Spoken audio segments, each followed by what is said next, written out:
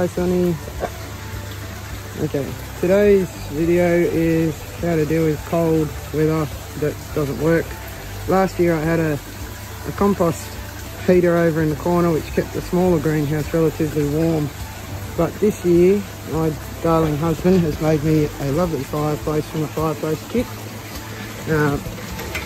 That has vents, so I can shut it off, and being a barrel I can load it up with wood to last for the day. It's got a dampener in the chimney.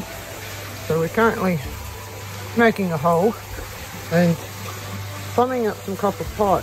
Now the plan is the copper pipe will run around the fire. Needs to be tightened up a bit more yet. Run around the fire and pump from here out of the sump and pump back to the sump. The idea is it goes to the sump, not directly to the fish tank, so that hopefully if we get a spike in heat or things get warm, the water will cool itself naturally and lose some temperature before it gets back to the fish tank. My only concern is that we may end up too hot, which means removing a couple of coils, but it's pretty bendable stuff, so nothing will be permanently attached as yet until we actually work out how to calculate water flows and temperature settings. So here we go.